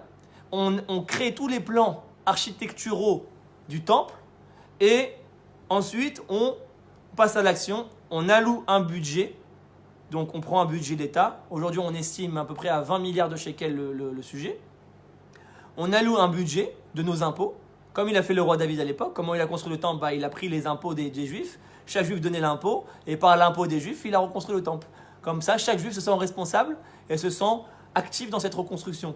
Donc, on alloue un budget de l'État à la reconstruction. On prend les meilleurs architectes, parce on prend les meilleurs ingénieurs, les meilleurs architectes, les meilleurs kablanim, et on reconstruit le temple. Donc ça, c'est au niveau de la théorie du projet. Alors, vous avez tout de suite anticipé ce que j'allais dire. Oui, mais pinouille-binouille, ça ne va pas plaire à nos ennemis. Alors ça, c'est une notion très profonde et c'est bien parce que ça va conclure mon cours. C'est exactement l'idée de mon cours d'aujourd'hui. C'est exactement ça l'erreur principale. C'est ce que je vous ai expliqué. Et vous allez voir, c'est complètement irrationnel. Vous allez me dire, mais il est fou celui-là. Ça paraît complètement irrationnel, mais en vérité, c'est le émet absolu. Absolu. Je vous ai expliqué ce soir que l'antisémitisme n'existe que parce qu'on fuit notre rôle. Et pas l'inverse. C'est pas parce qu'on veut faire notre rôle qu'on nous déteste. C'est parce qu'on fuit notre rôle qu'on nous déteste. Donc, selon ce que j'explique, pourquoi les nations sont antisionistes, pourquoi les Arabes nous font la guerre, etc. Et parce qu'en vérité, on n'a pas encore reconstruit la véritable nation d'Israël au niveau de la Torah. On n'a que quelque part, j'aime pas ce mot, mais je suis obligé d'utiliser, un Israël laïque, quelque part, qui cède les territoires, par exemple. On a cédé le Sinaï, on a cédé la Judée Samarie, on a cédé le mont du Temple, j'en parle même pas. On n'a fait que céder. Eh bien, sachez mes amis que ce qui nourrit la guerre, ce qui nourrit le conflit, ce qui nourrit la haine de nos ennemis, ce qui nourrit l'antisémitisme et l'antisionisme, c'est cette faiblesse, c'est cette fuite de notre rôle, et pas l'inverse. Nous, on croit qu'en récupérant nos territoires, on va avoir la guerre. Mais on ne se rend pas compte que c'est l'inverse. Regardez aujourd'hui. C'est complètement paradoxal, je sais, par rapport à la logique humaine. Mais regardez les faits. Plus on a cédé les territoires, plus ils ont été méchants, plus le terrorisme s'est renforcé. Après Oslo, après les accords d'Oslo, il y a eu 5 fois plus d'attentats terroristes qu'avant. C'est-à-dire que plus on va chercher la paix avec eux, et plus on va être gentil, négocier et donc céder, plus ils vont profiter de ça et ça va renforcer, au lieu que ça atténue leur haine, ça va renforcer leur haine et ça va renforcer leurs aspirations politiques et leurs aspirations terroristes et leurs aspirations antisionistes. Donc ce qui nourrit la guerre, messieurs, dames, ce qui nourrit le conflit israélo-palestinien, ce qui nourrit l'antisémitisme et la haine de nos ennemis, ce n'est non pas notre prise de rôle, mais notre fuite de rôle. Le fait qu'on cède. Si demain, on récupère le territoire et qu'on reconstruit le temple, je sais que c'est, selon toute logique, irrationnelle, mais ça va enlever la guerre. Ça va augmenter la paix. Nos ennemis vont moins nous haïr. Je sais que c'est complètement paradoxal, mais c'est les faits. Regardez aujourd'hui la paix qu'on a eue avec les Émirats Arabes Unis. La paix qu'on a eue avec le Bahreïn. C'est la vision de la droite. Quand Bibi il a pris le pouvoir et qu'il est venu, il a pris le pouvoir, il a dit on va arrêter de faire shalom, tmurat, viturim. On ne fera pas la paix par des concessions. Shalom, tmurat, shalom, comme il a si fermement dit de nos jours. La paix contre la paix, c'est-à-dire que personne n'est intéressé de faire la paix avec des faibles. Personne n'est intéressé, et ça c'est toute la vision de la gauche. Personne, la gauche n'a amené que plus de guerres. La gauche n'a amené que plus de conflits. La gauche n'a fait que renforcer le terrorisme et l'aspiration de haine de nos ennemis. En cédant la terre, ils ont cru qu'ils allaient avoir la paix. En négociant avec eux, ils ont cru qu'ils allaient avoir la paix. Ils ont obtenu que plus de guerre et que plus de haine. Alors que Bibi, il est venu, il a révolutionné ce monde, il a révolutionné la pensée. Et moi, je pense qu'il fallait encore plus loin que lui. Mais déjà, lui, il a commencé ce travail de dire plus de concessions. Plus de concessions. La paix par la force. La paix par la puissance. Que ce soit la puissance militaire, la puissance économique, la puissance technologique, la puissance médicale. Aujourd'hui, les Émirats Arabes Unis sont intéressés à faire la paix avec nous parce qu'ils ont des intérêts et stratégiques et militaires par rapport à l'Iran. Et que Israël est maintenant une puissance régionale hors norme. Donc, par rapport à l'Iran, il y a des intérêts militaires et stratégiques de s'allier à Israël. Au niveau économique, il y a des intérêts de développement économique et d'échanges commerciaux. Au niveau médical, il y a des intérêts par rapport au corona aujourd'hui que Israël va donner des tuyaux, des conseils, de la technologie, de la santé et du matériel à ces pays-là. Donc c'est en développant la force que ça inspire la paix à nos ennemis. Ça inspire l'envie de s'allier à nous. Et non pas l'inverse. Donc ça paraît complètement paradoxal, mais l'apothéose de cette paix qu'on obtiendra, et non la guerre comme on croit nous, à notre niveau humain, c'est la construction du Beth Amikdash.